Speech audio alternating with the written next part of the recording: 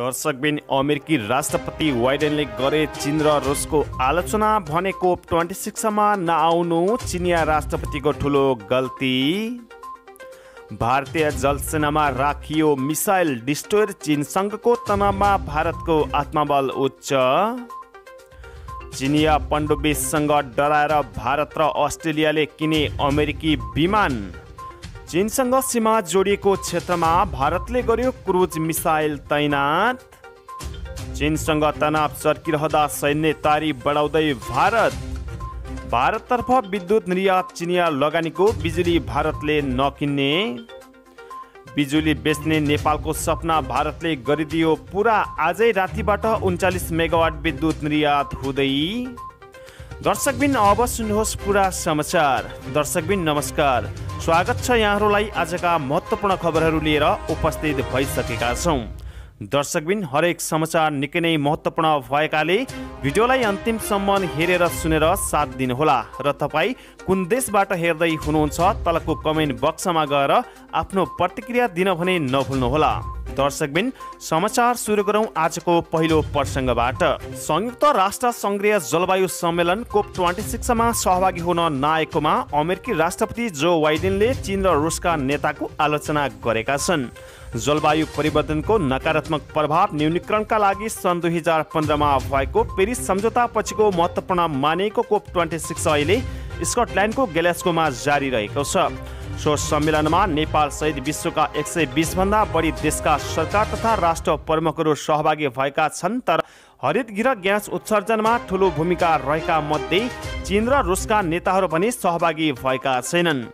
चिनिया राष्ट्रपति C Jinping तथा रुसी राष्ट्रपति भ्लादिमिर पुटिन सम्मेलनमा नआएकोमा अमेरिकी राष्ट्रपति बाइडेनको आलोचना गरेका हुन् र ग्लास्गोमा जारी जलवायु सम्मेलनको क्रममा नेताहरूबीच सन् 2030 सम्ममा मिथेन ग्यासको उत्सर्जन ठूलो मात्रामा कटौती गर्ने तथा सोही अवधिमा वनफडानी अन्त्य गर्ने सम्बन्धी सहमति भएको छ भने वनफडानी अन्त्य गर्ने सम्बन्धी सहमतिमा चीन र रुसले पनि हस्ताक्षर गरेका छन् र रुसी राष्ट्रपति पुटिनले भर्चुअल रूपमा सम्बोधन गरेका थिए भने बाइडेनले आफूलाई विश्वको नेतृत्वकर्ता दाबी गर्ने चीन मानव समुदाय र पृथ्वीकै लागि महत्त्वपूर्ण विषयको छलफलमा उपस्थिति नै नभएको बताएका छन् भने उनले COP26 मा नआएर चिनिया राष्ट्रपति सीले ठूलो गल्ती गरेको आरोप लगाएका छन्।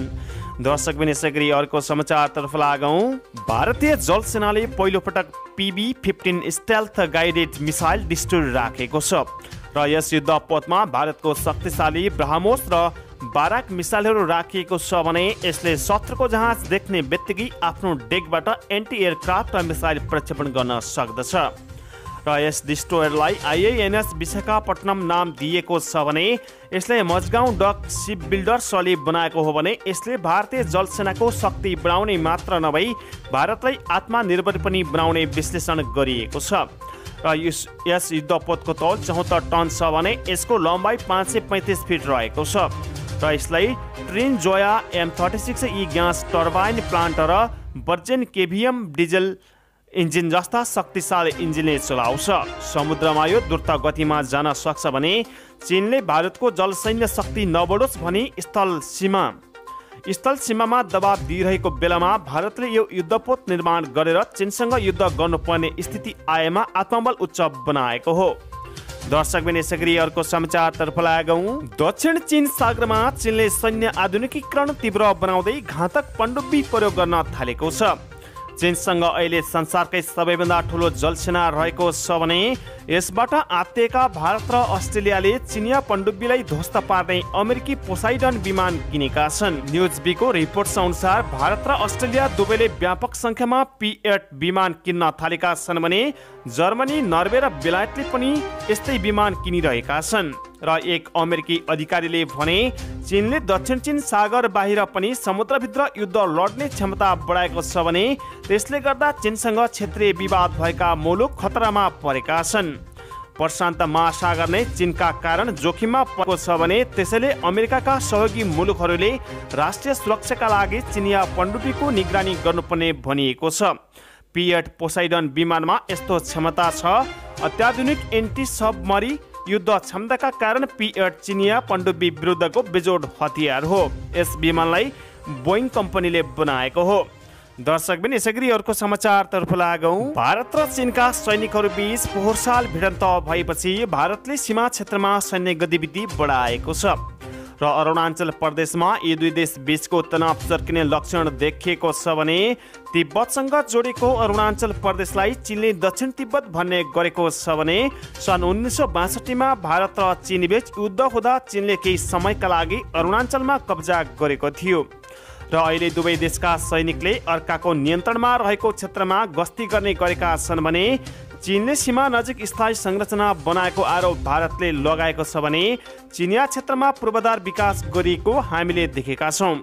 भारतीय सेनाका लेफ्टिनेन्ट जनरल मनोज पाण्डेले पत्रकारहरूलाई बताए अनुसार नयाँ दिल्लीले अरुणाञ्चल प्रदेशमा सैन्य गतिविधि बढाएको छ र त्यस क्रममा उसले क्रुज क्षेप्यास र हतियार अमेरिकामा बनेको चिनुक हेलिकप्टर र इजरायलमा बनेको ड्रोन तैनात गरेको छ र पोहोर सालको भिडन्तपछि भारतीय सेनाले सीमामा उपस्थिति बढाउनु पर्ने आवश्यकता अनुभव गरेको थियो भने चीनसँग सीमा विवादका विषयमा गरेको वार्ता लगातार विफल हुँदै जाँदा सैन्य गतिविधि बढिरहेको छ। रणनीतिक रूपमा महत्त्वपूर्ण तवाङको तापक्रम जाडो महिनामा 0 भन्दा तल झर्ने गरेको छ। सेनाका इन्जिनियरहरूले समुद्र सतहभन्दा 4000 मिटर माथि विशाल सुरुङ बनाइरहेका छन् भने अर्को वर्ष आगमन सुरु गरिने उक्त सुरुङले भारतीय सैनिकहरूलाई दुर्गम स्थानमा पहुँच सहज बनाउनेछ। लद्दाखमा पनि यस्तै किसिमको परियोजना चलिरहेको छ भने जोजिला पासमुनि बनेको सुरुङले सैनिकहरूलाई तीव्र गतिमा सीमामा पुग्न सहायता गर्नेछ। दर्शकबिन यसैगरी अर्को समाचारतर्फ लागौं। ढल्केबर मुजफ्फरपुर 400 केबी अन्तर्देशीय प्रसारण लाइनबाट भारततर्फ विद्युत निर्यात गर्न थालिएको छ। भारतले नेपालबाट बिजुली किन्न थालेसँगै मङ्गलबार रातिदेखि यस प्रसारण लाइनबाट बिजुली भारत पठाउन थालिएको जनाइएको हो।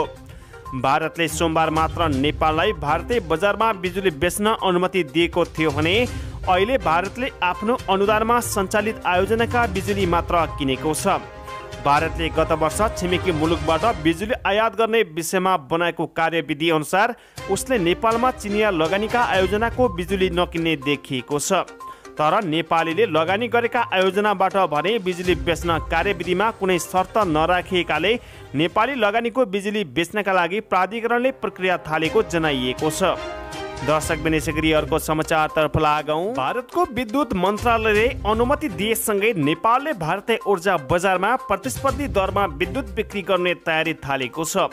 मन्त्रालयको सहमतिमा अन्तर्देशीय विद्युत व्यापारका लागि स्वीकृति दिने निकायले सोमबार नेपाल विद्युत प्राधिकरणलाई भारतीय ऊर्जा एक्सचेन्ज मार्केटमा विद्युत बिक्री गर्न अनुमति दिएको हो र यससँगै नेपालको विद्युत प्राधिकरणले पहिलो चरणमा नुवाकोटमा सञ्चालन रहेका 24 मेगावाटको त्रिशुली र 15 मेगावाटको देवीघाट विद्युत गृहबाट उत्पादित 39 मेगावाट विद्युत भारतीय ऊर्जा एक्सचेन्जमा बिक्री गर्ने भएको छ र दुई विद्युत गृहबाट उत्पादित विद्युतलाई स्रोत मानी भारतीय बजारमा बिक्रीका लागि अनुमति दिएको छ भने प्राधिकरणले मङ्गलबार राति 12 बजेबाट ढल्केबर मुजफ्फरपुर 400 केबी अन्तर्देशीय प्रसारण लाइन मार्फत विद्युत निर्यात सुरु गर्नेछ। हाल यो लाइनबाट विद्युत आयात मात्र भइरहेको छ। दर्शकबिन यसैगरी अर्को समाचारतर्फ लागौं। नेपाल भारत द्विपक्षीय सम्बन्ध सुदृढ हुँदै चार खम्बामा जोड दिउँ भन्दै भारतीय विदेश मन्त्री श्रृङ्गाल भारतीय विदेश सचिव हर्षवर्धन श्रृङ्गालले नेपाल भारत द्विपक्षीय सम्बन्ध सुदृढ हुँदै गएको बताएका छन् भने Asian institute of diplomacy and international अफेयर्सले शुक्रबार काठमाडौँ सोल्टी होटलमा आयोजना गरेको कार्यक्रममा बोल्दै उनले नेपाल भारत द्विपक्षीय सम्बन्ध सुदृढ हुँदै गएको बताएका छन्। साथै श्रृङ्गालले नेपाल र भारत बीचको सम्बन्धको चारवटा खम्बाको रूपमा निश्चित क्षेत्रहरूलाई औल्याएका छन् भने ती क्षेत्रलाई विशेष प्राथमिकता दिनुपर्ने उनको धारणा रहेको छ र उनले विकास सहायता अझ मजबुत कनेक्टिभिटी वृहत पूर्वाधार र आर्थिक परियोजनाहरू नेपाल र भारत सम्बन्धका चार खम्बा भएको बताएका छन्। उनले भारतले नेपालमा आफ्ना कार्यक्रमहरू चयन गर्दा नेपालको प्राथमिकताका आधारमा काम गर्ने स्पष्ट पारेका छन् भने प्रधानमन्त्री मोदीको 6 वर्ष पहिले प्रधानमन्त्रीको रूपमा भएको पहिलो नेपाल भ्रमणपछि नेपाल भारत बीच विभिन्न तहका बैठक र संयन्त्रहरू नियमित र थप क्रियाशील भएको उनले बताएका छन्। नेपाल र भारत बीच रहेको जनस्तरको सम्बन्ध र आपसी हितलाई मध्यनजर गरेर द्विपक्षीय सहायता तथा सहकार्यलाई अघि बढाइने भारतीय विदेश सचिव श्रृङ्गालले बताएका छन् भने उनले नेपाल र भारत दुवै देशका नयाँ पुस्ताको आकाङ्क्षा अनुसार डिजिटल टेक्नोलोजीमा पछिल्ला वर्षमा विकासलाई आत्मसात गर्दै द्विपक्षीय सहकार्यलाई विकास गर्दै लैजानुपर्ने उनको धारणा थियो। दर्शकबिनहरू, हामीले दिएको जानकारीप्रति तपाईँहरूको कुनै जिज्ञासा सुझाव सल्लाह र प्रतिक्रिया छन् भने हाम्रो तलको कमेन्ट सेक्सनमा गएर कमेन्ट गर्न भने नभुल्नुहोला भन्दै आजको रिपोर्टबाट बिदा हुन चाहन्छौँ। हस्त नमस्ते।